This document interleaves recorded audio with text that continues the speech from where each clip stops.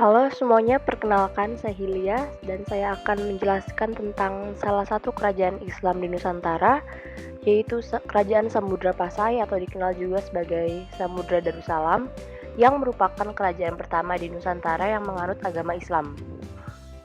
Kesultanan Samudra Pasai terletak di pantai utara Sumatera, tepatnya di kota Lok Semawe dan Aceh Utara, Provinsi Aceh.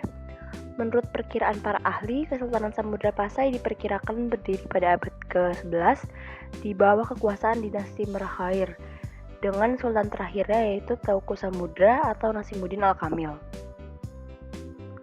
Namun menurut hikayat Raja-Raja Pasai, penguasa Pasai berikutnya adalah keturunan dari dinasti Merah Silu, yaitu Sultan Malik As-Saleh yang memimpin pada tahun 1267.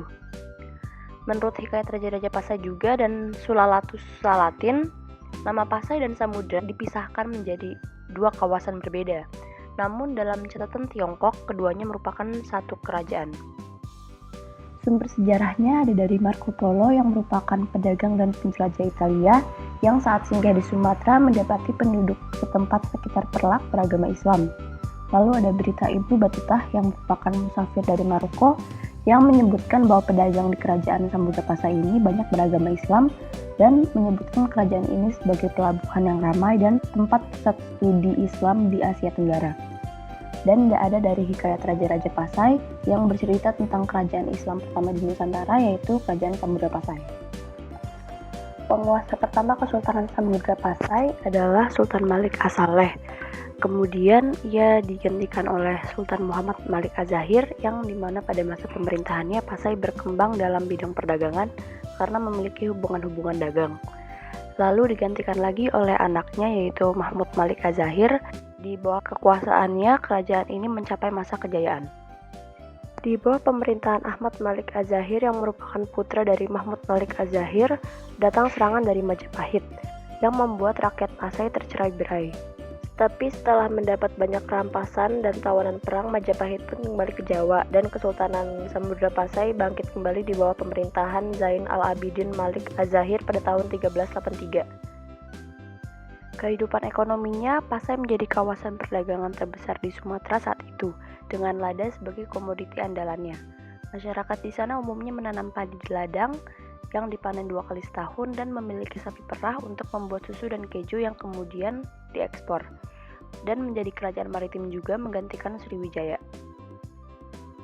Kehidupan sosial di Kesultanan Samudra Pasai diatur menurut aturan dan hukum Islam.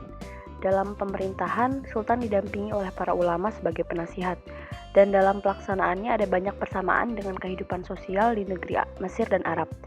Daerah Aceh mendapat julukan daerah Serambi Mekah.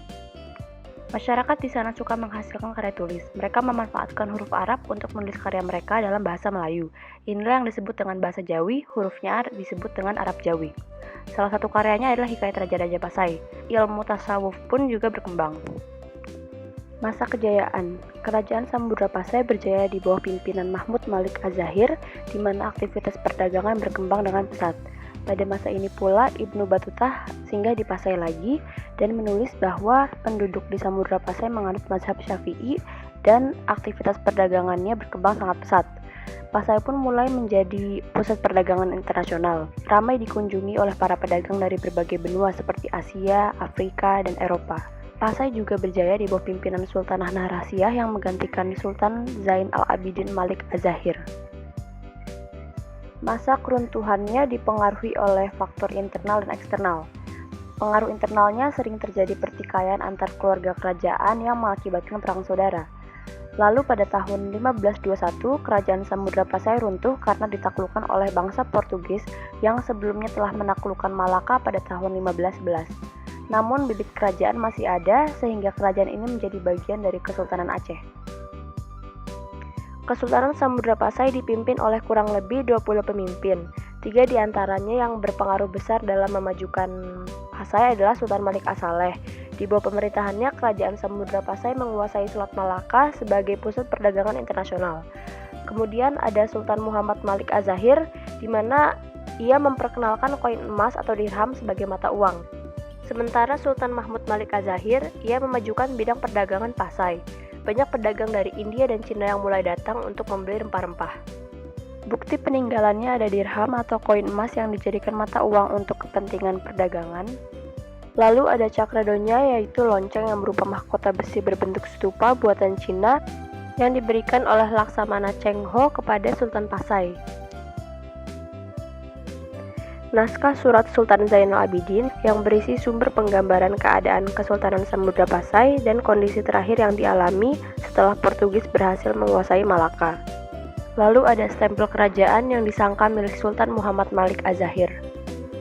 Peninggalan lain ada makam Sultan Malik As-Saleh, makam Sultan Muhammad Malik Az-Zahir, makam Sultanah Narasiyah, dan masih banyak yang lainnya. Terima kasih.